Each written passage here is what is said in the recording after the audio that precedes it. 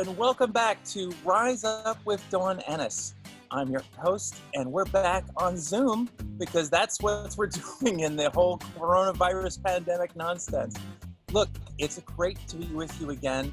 This will be our episode for the rest of the summer as West Hartford Community Interactive goes interactively silent and a hiatus. We got to take a break. You know, these people working very hard all summer to bring you these great programs. My one and only guest this episode is Susan Bigelow. She's a librarian. She hails from Enfield, and she is an opinion writer, political commentator on ConnecticutNewsJunkie.com, CTNewsJunkie.com to be specific. Welcome, Susan. Thanks for having me on. You know, Susan, one of the things that we do here at Rise Up is we talk about how we can be more proactive. Ever since the 2016 election, I felt this compulsion to do something. That's why we created this talk show, was to give people an outlet for all those feelings of, what can I do? What you do is so essential and so important. And I'd like to give people a sort of an overview of your opinion writing. You've written about the coronavirus. You've written about the political division and the divide. And one of my favorite parts of your opinion writing is you gave a voice to the Republicans and the folks who are on the opposite side of where I stand and a lot of people stand, the progressives. But you gave them a voice in terms of speaking for them sort of sarcastically. In one op-ed you wrote about how they are all for being part of the solution with police reform until the police unions step in and they say, here, put this Blue Lives Matter pin on your shirt. And they're like, yes, sir. Do you really believe that Republicans and Democrats can find a way forward toward police reform in Connecticut in 2020? Well, I hope so. I think that there are going to be some broad areas of agreement in the bills that are being put forward. I think that the sticking point, I think for Republicans and for the police unions in general, I think the sticking point is going to be qualified immunity. And that's a qualified immunity for folks who don't know what that is. That is when police cannot be sued in civil court for actions that they take while they're on the job. So if they violate somebody's civil rights while they're on the job, they cannot personally be sued for it, and that's what qualified immunity is. And this is what the police really want to protect. They want to protect their officers from those kinds of court cases. The argument is that they will be inundated with lawsuits, that police will be afraid to do their jobs. They will be afraid to arrest anybody because they'll get sued in court.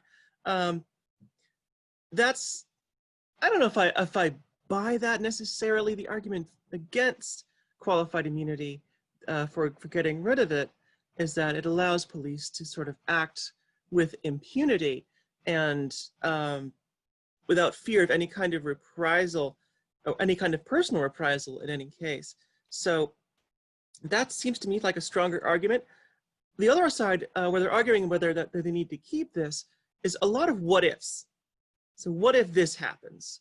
What if we get rid of this, then bad things will take place? And that sort of hypothetical argument usually doesn't fly well with me. I actually think that is not a likely situation. And also perhaps we need to train officers to not violate people's civil rights. In that case, you won't get sued. Unless direct confrontation. There are training procedures where police officers can be trained to de-escalate a situation. Full disclosure, I'm the daughter of a police officer who served 20 years in the New York City Transit Police Department. Mm-hmm. And when I said to my dad I wanted to be a police officer like him, he said, I'll break both your legs first. Being a police officer is a tough job. Officers face a lot of personal stress. My dad always said he tried not to bring that stress home because that's one of the problems of being a police officer, is that you don't leave the tension at work. There's a lot of domestic violence associated with police work. And I would also say that racism, even among Black officers, is prevalent. How do we how do we remove that? How do we even think about taking the racism part of police work out of both the police department and society? Well, that's the million-dollar question. If I had an answer to that, well, but I think a place for us to start is right at the very beginning when we are training our officers. That has to be a place where we make a start with this, at least. Just the culture of policing, it really does begin right there in the police academies and the training courses that people take, law enforcement courses and criminal justice courses that they take. We have to try to work social justice and equality and anti-racism into all of what goes on in these police academies and training courses. It's not going to be a perfect solution because we still have to deal with the sort of monolithic, difficult to move police culture that existed in lots of departments. Very difficult to change that. As for how to do that, how to shift that, that's a tough one. And people are saying, well, maybe we need to remove some of the things that police are doing to cut back on some of that stress. Part of the bill that's going to be considered in this special session is they're going to be looking at each town's going to be asked to look at whether or not they could send a social worker to deal with certain kinds of complaints instead of the police, and whether or not that makes sense just from a place of actually being able to solve the complaints or de-escalate the complaints in a good way. Those sorts of ideas, taking kind of a lot of, because we ask the police to do a lot of things. This is a problem that we have in our society where we don't have great social safety net. We don't have great social programs. So we ask other public servants to take care of a lot of this stuff. And that's a lot of what police are doing, is that they are dealing with the consequences of the broken social safety net and our systems that are not well funded and they don't work too well. So being able to, first off, have a better social safety net, and also to try and move some of those things that police are doing right now to social workers, to like traffic wardens, to other kinds of folks, and let police do police work, right? Solving crimes, investigating things that have gone wrong, just that kind of thing, which I think is what a lot of police officers get into it looking to do. I think that would actually be a great start for at least starting to address this situation. But how to address racism, how to address big culture, it's a really hard problem. It also starts with each and every one of us. We have to keep in mind that racism does exist in this country. Systemic racism has been with us for 400 years, and that we as white folks need to take the lead in speaking out against it and acting against it, and that's the way that we can start to change this. A lot of my friends who are people of color have reminded me, no, the system's not broken. It's working. And the way it was set up, this was a system built to discriminate. And we just yesterday, on the day we recorded this, lost John Lewis, who reminded us to always get in good trouble, necessary trouble. I have a picture ingrained in my mind of him being beaten after crossing the Edmund Pettus Bridge, and there's a movement ahead to try and rename that bridge after him. What lessons do you think we can learn from John Lewis and other civil rights pioneers that apply to society, to we're in the LGBT community, you and your wife, myself and my children here in West Hartford. I'd like to know what you think we should be learning, because I know the civil rights movement is different from the LGBT movement in terms of you can't really compare the oppression that people of color have suffered over the last 400 years. But there are parallels in terms of how a established society has used the machinations of its criminal justice and its structure to keep people who are undesirable out. Yeah, what a loss for us to lose John Lewis. I think what sticks with me is just he told people just to do something. When you see something wrong, you have to say something, and you have to do something. That's your obligation as just a moral human being. That's what you need to do. And that leads to his talking about getting in trouble, getting in good trouble. But yeah, just doing something, standing up, saying this is wrong. And if enough people do that, and if enough people follow that example, that's how things can actually change. The Black Lives Matter movement, the protests that we've seen over the last month and a half, there's enough people standing up saying we've had enough of this, we want change, and we're seeing change. So what John Lewis said was absolutely right. You have to stand up, you have to say something, and you have to do something. And that's what I'm gonna keep in my mind. Have you received any kind of blowback or response? I notice you don't write about the LGBT movement, but you're not hiding the fact that you're a lesbian, unless you wanted to start yourself as gay. I could ask how you describe yourself.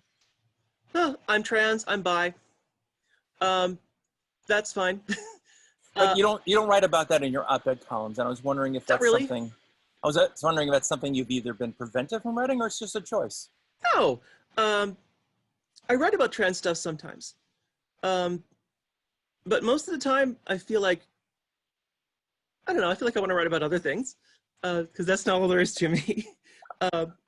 So when stuff does come up that has to do with politics, I will write about it, and I've written about stuff from the trans equality bill that was passed in 2011, just up through a lot of the stuff that's going on today that we'll probably be getting to later about trans girls in sports. That stuff I definitely want to talk about because it is very personal. It's very important to me to get to at least speak about that stuff. I don't get a ton of blowback, not from my editors. My editors are wonderful. They're supportive folks. They're great. Facebook commenters don't like it, but they don't like anything. I always say that being trans is about the 6th or 7th most interesting things about me. Seriously. Honestly, I have so many other fascinating aspects of my life. It just is. I just happen to be trans, and being trans isn't what defines me. However, I've definitely been pigeonholed in my writing sometimes. When I was the news editor at The Advocate and the first trans news editor, of course, all the trans stories went to me because, that's how it is. Well, I branched out. I write for Forbes now, and I write for Daily Beast and other places, and Connecticut Voice magazine, which is a LGBT magazine. I'd like to steer that subject back to what you were just talking about, trans student athletes. Yes. There is a federal lawsuit at the time that we're writing this, filed by the Alliance Defending Freedom on behalf of 3 cisgender girls. This religious legal outfit is saying that they want not only for the trans girls to be banned from competing with cisgender athletes, but to have the records of 2 trans girls stricken. I have asked Governor Lamont's press secretary since May 29th to give us some kind of statement on where he stands now that the Department of Education has basically told Connecticut and the CIAC, the Connecticut Interscholastic School the Council, I guess it is, to stop supporting trans student athletes. And the Attorney General of the state, Andrew Yang, has said they will not stop supporting trans athletes. The governor says, well, we don't want to lose that federal funding. So I'm looking for a clarification. Every week since May 29th, I've been emailing, asking, I've been calling, I've been texting. No response. Where do you think that we're going to go with this? What's your political opinion of how this will be resolved? Well, I think what the governor might be trying to do is just try to delay this until the election, and we'll see what happens then, just because a new administration almost certainly will have better policies than that. This case has been going on for a long time. This goes back, I think, at least 2 years or more. this same group of people, this same group of cis girls who from Glastonbury and a couple of other places. Mm-hmm. Canton and Danbury. Yeah. Right. So the whole idea here is that they are sad because they have not been winning races, and 2 trans athletes have been winning races. And the sort of sticking point here is, well, how do you class trans athletes? And the CAIC, the Connecticut Interscholastic Athletic Conference, I think that's it. That's it. Yeah, there we go. We got it. Their policy is you can compete as the gender you identify as. Awesome policy. Good job. But these girls are saying it's not fair. And they're using Title IX. They're saying it's Title IX, which is exactly why it's fair. Yeah. So they say, well, this is all about biological reality, biological essentialism. They're of course ignoring actual biologists who say, look, this stuff is really complicated. There's not just a binary here, folks. There's a huge spectrum of things that have to do with our hormones, that have to do with just your genetics, everything else. So it's not so cut and dried. And biologists, whenever someone comments on this story who's a biologist, they say, look, this is not as simple as these girls are saying it is. But this has been latched onto by some pretty conservative folks in media. And you mentioned that the Alliance Defending Freedom, this is a religious outfit. The Connecticut Republican Party, before the coronavirus hit, they were actually going to honor these cisgender girls who are pushing this lawsuit forward. They were going to honor them at their Prescott Bush dinner, which is their annual dinner that they have. And they were going to give them like a fundraiser. Yeah, they're going to give them like an award or something like that. Until, of course, the coronavirus came in and canceled that, thankfully, because I don't understand why the Republican Party decided this was a good idea. They make many choices, Connecticut Republicans do, which don't seem to make a ton of sense. I don't think the public particularly cares one way or the other. They're trying to gin up some outrage about this, and I just don't see it sticking. But this is where they want to go with this, and okay, your funeral. I think they go to the question of fairness. They believe that it's not fair for a boy, biological male, they like to say, to compete against girls. And when presented that way, I think the average person will say, well, yeah, boys shouldn't compete with girls. That's not fair. But these aren't boys. And the 2 girls who are at the center of all this, even though they've now graduated, are after high school, they are both undergoing hormone treatments, which you and I can attest has a vast impact on your performance physically. I can't even open a jar of pickles. I used to be able to lift stuff. Lifting a box.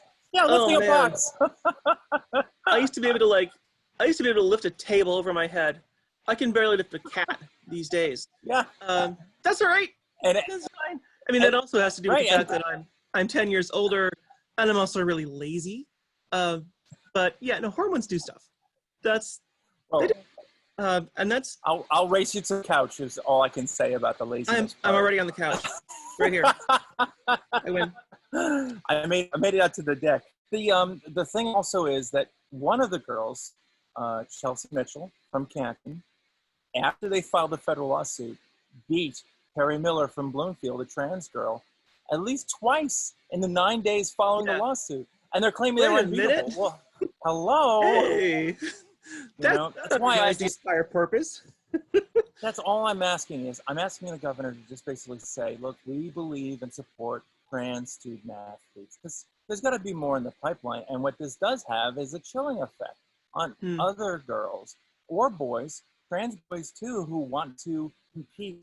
And for me, creating a separate trans league is ridiculous because if you do that, they're just competing against each other or by themselves. There aren't that many trans student athletes. And on top of that, more than anything, it's just about fairness. If a Negro Leagues were unfair, then why would a trans league be fair? We have to ask ourselves, what's the purpose of high school sports? Is the purpose of high school sports to, for athletes to win and get scholarships and, get trophies and medals and stuff like that? Or is the purpose of high school sports to allow kids to compete, to allow them to get into athletics so that they can experience all the good stuff that athletics can have, like teamwork and responsibility and that drive to succeed and to better yourself? That's what I believe high school sports should be about. And the fact that these girls are complaining that they were denied the ability to the chance to compete at a higher level, the fact that they weren't allowed to, they were denied slots in different tournaments and things like that. One of the arguments that they made last year, which they've actually dropped now, is that this was preventing them from getting college scholarships. And if you talk to people who work at college athletic departments, it's not the way it works. That's not true. It's not true. You've won. They want to see what your times are, who you are, right? That's important. And what you can do and what you bring to their particular team. They don't care about were you in this tournament? Did you run? Did you win this particular race? They don't care. So there you go. I can confirm that. I've spoken to college coaches who basically say, I don't care if you place first, second, or 10th. What was your personal time? How did you do over your last personal time? Exactly. And what kind of person? And what kind of person are you? That's what they're looking at. And this whole idea that parents are so focused on, my daughter placed second, and if it wasn't for that other girl, she would have placed first. Nobody cares. Seriously, it's tiresome. Tell us a little bit about your transition. How did that go? And when was that? My transition? Oh, well, that was about 10 years ago. So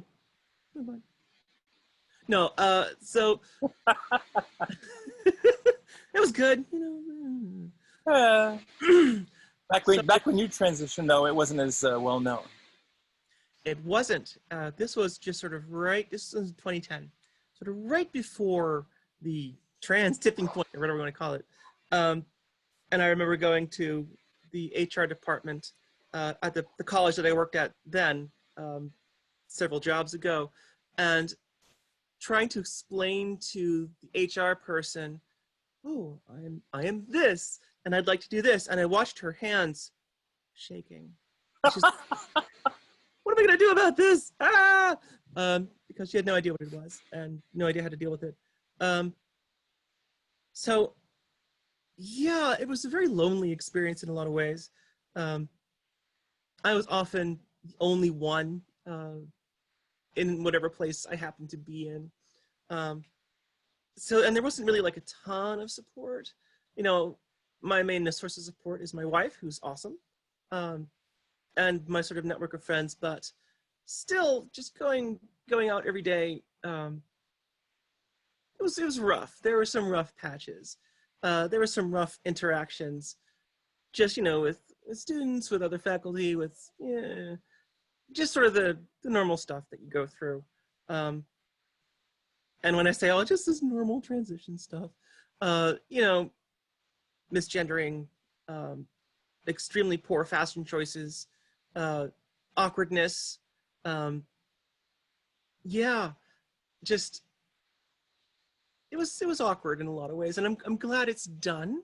I'm glad it's 10 years back there and not happening right now. Because it wasn't easy, but no, it wasn't easy. But I will say that the transition part was easier than I thought in terms of actually, taking the plunge. It was getting there, and I was in a publicly facing role, and I got a lot of blowback in the press, and that was just awful. It's funny how I thought for sure that the friends would be the hardest ones to get to accept, and family would always love me, and it's exactly the opposite. It's like, wow, that's a mind blower. Let's talk a little bit about how you have transitioned from schoolwork, college work to librarian? I've always been a librarian. I was a librarian at various colleges, and now I work at a public library. I love librarianship. Are you experiencing going, shh? No. Break it in at your library. I love it. I love it. Enfield Public Library. That's my local. That's good. Librarianship is extremely rewarding. I don't shush people very often. Libraries I work at, it's okay to talk. It's fine. How has it been impacted by the coronavirus, your work? Well, people can't come in. You know, the public they can't come in. So I actually do work for the state library. Mm-hmm. They, right now the public can't come in at all. So we're doing everything remotely. Okay. So we can be in the building, we can do stuff, we can work with our materials. But people who have genealogy questions or have history questions or government questions, that's all remote now. So it's different. And we are planning, and all libraries are going through this. We're all planning on how to get the public sort of back in that space. And that's a difficult thing because we want to make sure everybody's protected.